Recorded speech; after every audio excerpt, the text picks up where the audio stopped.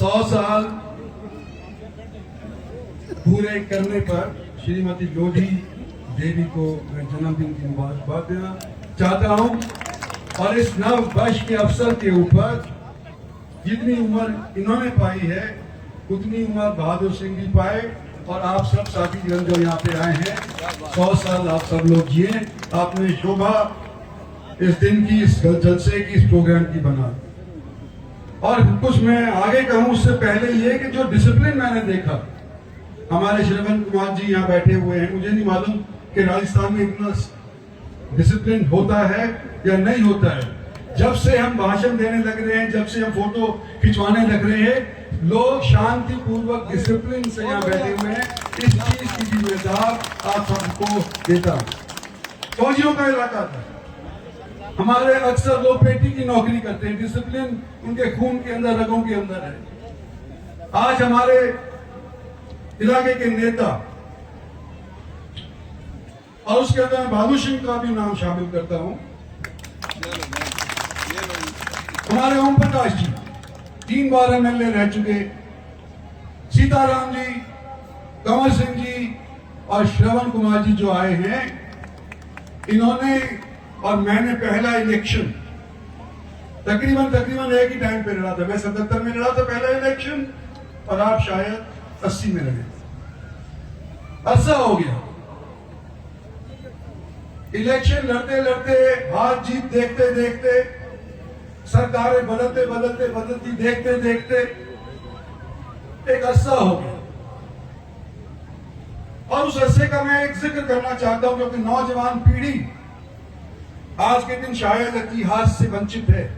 कम से कम इस दक्षिणी हरियाणा के इतिहास से तो वंचित है ही। श्रवण कुमार जी आप कह रहे थे, कंवर सिंह जी ने जवाब भी आपको अच्छा दिया है कि हमारी जब विशाल हरियाणा पार्टी हुआ करती थी, हमारा मन ये था कि हम पंजाब से अगर अलग होते हैं, विशाल हरियाणा बनाते हैं, तो दिल्ली को अपनी राजधानी बनाएंगे और अलवर जैसे क्षेत्र को विशाल हरियाणा के अंदर शामिल करेंगे। भरतपुर को शामिल करेंगे, मेरठ को शामिल करेंगे, और ये दिल्ली के इर्द गिर्द का एरिया जिसने 1857 के अंदर अंग्रेजों के साथ लोहा लिया था, 36 बिरादरी ने जब अंग्रेजों के साथ लोहा लिया था, वो एरिया संगठित हो, ये मंशा। और जो आज नई पार्टियां बनी, हरियाणा के अंदर राज भी किया, उस टाइम के ऊपर उनका इक्का दुक्का एमएलए हुआ करता था। जब 81 की असेंबली के अंदर विशाल हरियाणा पार्टी के 16 मेंबर हुआ करते थे। जो बूढ़े आदमी यहाँ बैठे हुए उनको शायद याद होगा। और आज मैं सुन रहा था, नारे लग रहे थे, जगह जगह पे भी लगते हैं, प्रेस वाले भी कई साथी बैठे गए। राजा राव इंद्रजीत सिंह, हमारा राजघराना तो 1857 के अंदर छिन गया था, जब अंग्रेजों के साथ लड़ाई लड़ी थी। अगर आज कोई हमारे को राजा कहता है, तो लोगों ने मुझे 6 बार जिताया है, 4 बार एमएलए जिताया और 6 बार लोकसभा में जिताया। लोगों के मन के ऊपर अगर मेरी चलती है, इसलिए शायद पत्रकार बंधु मेरे को राजा कह देते।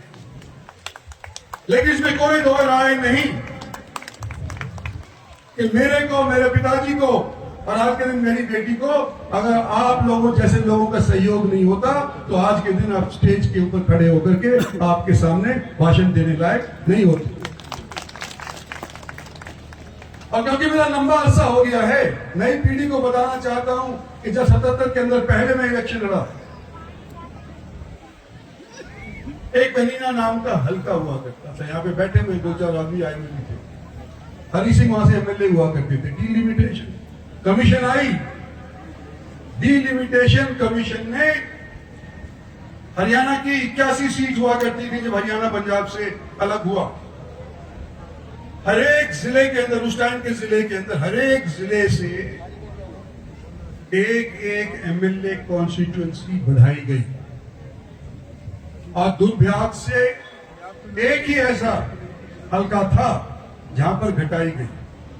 सब जिलों के अंदर बढ़ाई गई और महेंद्रगढ़ के अंदर कनीना की सीट घटाई गई। इस बात की पीड़ा होती है, मेरे को होती है, मेरे बाप को, मेरे साथियों को होती, आज की नस्ल को होनी चाहिए कि हमारे साथ ये अगर दुभांत हुआ है तो इसके खिलाफ हम लड़ेंगे। और पिछले दिनों के अंदर एक बार फिर डिलिमिटेशन आई, 2009 के अंदर डिलिमिटेशन आई, तो उसी बात को दोहराया गया। सालावास नाम का हल्का हुआ करता था, हमारे गांव की एक महिला वहां से एमएलए 2 बार रह चुकी थी और इस डिलिमिटेशन के अंदर बाउंड्री इधर से उधर कर दी। चलो संख्या के ऊपर आप कर दो, लेकिन एक सीट अगर कहीं घटाई गई हरियाणा के अंदर तो सिर्फ सालावास के अंदर घटाई। हम जब यूं कहते हैं कि हमारे इस क्षेत्र के साथ दुभात होती है, हम सरकारें बनाते हैं लेकिन वाजिब इनाम हमारे को उसके बदले में नहीं मिलता, तो क्या मैं गलत कहता हूं? और लोग यूं कहते हैं कि इंद्रजीत सिंह अगर चीफ मिनिस्टर से नहीं लड़ता तो हमारे फीत लग जाती, हम चेयरमैन बन जाते, हम शायद मिनिस्टर बन जाते। अरे मैं यूं कहता हूं कि अगर हम पार्टी किसी का साथ नहीं देते तो ये पार्टी सत्तासीन नहीं होती। तुम कहां के व्यक्ति हो? हरियाणा के बब्बर शेर की, हरियाणा के बब्बर शेर की। और याद रखो आज अहीरवाल की तरफ से अहीर रेजिमेंट की बात होती है कि मैंने रजांगला लड़ाई लड़ी, जब घुसपैठ ये कश्मीर के ऊपर काबिज करने आए थे, गार्ड्स की तरफ से हमारे लोग जाकर के वहां पर सांची धाती सीन तान करके खड़े हो गए थे। लेकिन क्योंकि 1857 में हमने और आपके पूर्वजों ने अंग्रेजों के खिलाफ लोहा लिया था, इसलिए अहीर रेजिमेंट नहीं बनाई।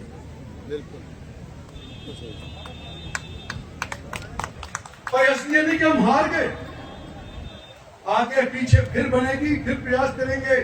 जब तक जिंदा हैं तब तक दम है, तब तक कोशिश करेंगे। कोशिश करना हमारा फर्ज है और फैसला ऊपर वाले के हाथ के अंदर है, हमारी पार्टी वालों के हाथ में। साथियों, मैं पहली बार जब इलेक्शन लड़ा, दोबारा से दोहरा रहा हूं वैद जी, जिस गांव में मैं जाता था मानो स्कूल बनवा,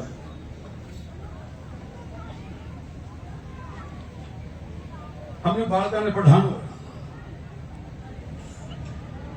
और खूब कोशिश करी,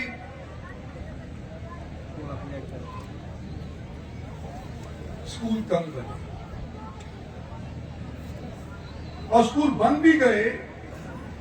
सरकारी स्कूल बनने के बाद उसके अंदर पढ़ाई की बजाय राजनीति ज्यादा होने लगी। कोई भाई राजनीतिक टीचर हो यहाँ पे, मुझे पता नहीं, लेकिन स्कूलों के अंदर आज के दिन यह स्थिति है कि टीचर तो बन जाते हैं, 1-1 लाख रुपया कमा लेते हैं महीने का, लेकिन पढ़ाई के ऊपर ध्यान नहीं देते, बच्चों को पढ़ाई नहीं करते। यही वजह है कि आज के दिन बच्चों की नफरी प्राइवेट स्कूल्स के अंदर ज्यादा है और सरकारी स्कूल के अंदर कम है। क्या मैं गलत बोल रहा हूं? और जिन्होंने ये बेड़ा उठाया बच्चों को पढ़ाने का, उनमें से एक हमारे यहाँ साथी बहादुर सिंह भी हैं। इनको मैं शाबाशी देना चाहता हूँ, धन्यवाद करना चाहता हूँ कि आपने ये जो बेड़ा उठाया।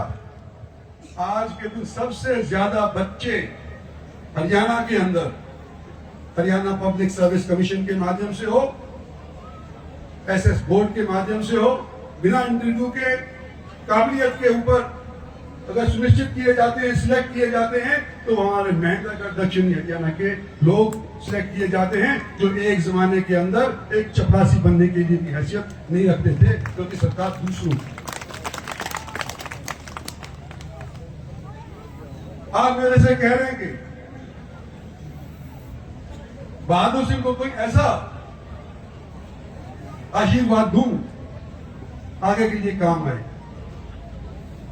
भाई बहादुर सिंह में तकरीबन एक उम्र के में आशीर्वाद देने लायक नहीं, लेकिन तो साथी बनाने लायक तो हूं। बड़ा आदमी है और एक सिर्फ इनकी बता देना चाहता हूं। देखो राजनीति के अंदर एक लोग ही कभी इस पार्टी से, कभी उस पार्टी से, कभी पार्टी के अंदर इस पक्ष के उस पक्ष के बन जाते हैं। और मेरा 47 साल का एक्सपीरियंस है।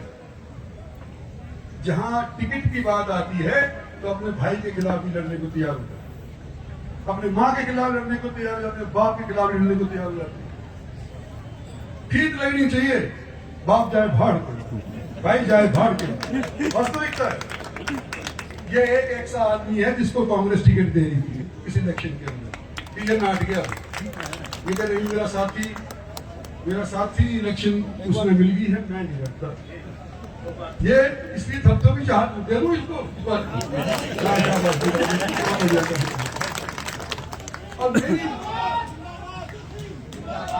और मेरे देखो, जो ताकत मुझे मिली आप लोगों से मिली है, अपने साथियों से मिली है, और इस ताकत को मैंने अपने निजी स्वार्थ के लिए इस्तेमाल नहीं। आज मैं फिर इस स्टेज पे कह रहा हूं,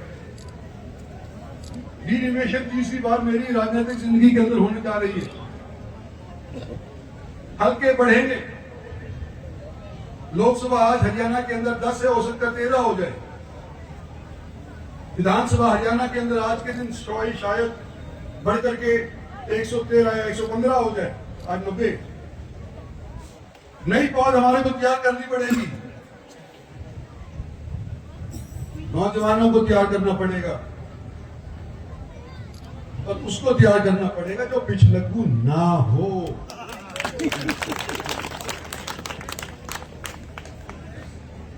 अभी लड़ाई जारी है, जारी रहेगी, आपकी जिंदगी में भी जारी रहेगी, मेरी जिंदगी में भी, जब मैं मर भी जाऊंगा तो भी रहेगी, जारी रहेगी।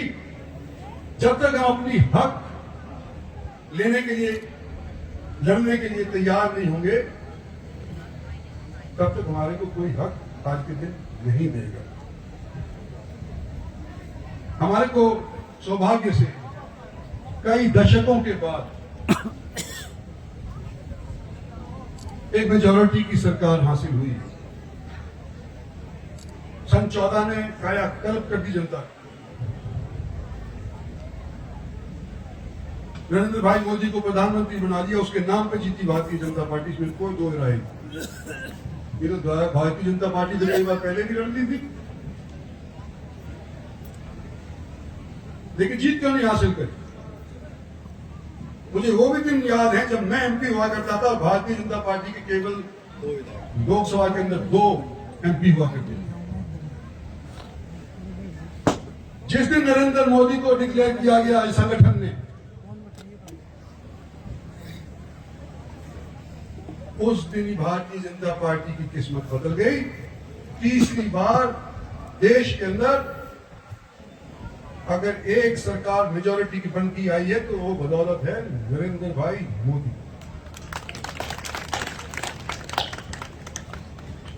मैं इस कार्यक्रम के अंदर अपनी पार्टी का प्रचार नहीं कर रहा, लेकिन वास्तविकता जरूर बता रहा हूं।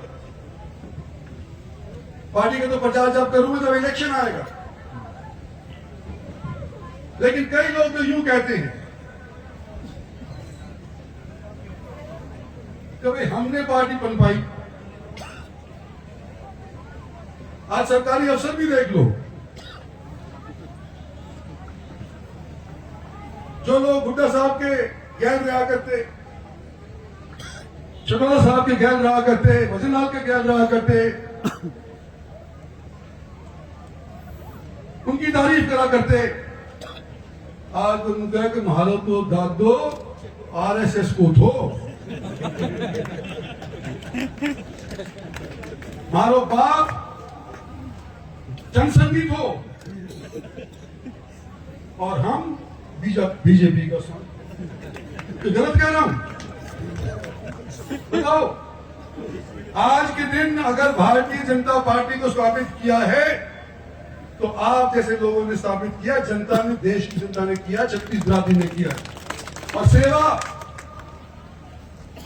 हमारे सब राजनीतिक लोगों की यही होनी चाहिए कि जो पब्लिक चाहती है, जनता की आवाज बुलंद हो, आप लोगों के माध्यम से बुलंद हो। आने वाले पीढ़ियों के अंदर जब नए नए एमएलए बनेंगे, नए नए हलके तैयार होंगे, उन लोगों को आने का कोशिश करो तो जनता की आवाज को बुलंद करने का वादा रखते हैं। यही मैं आपसे आज के आने कहना था।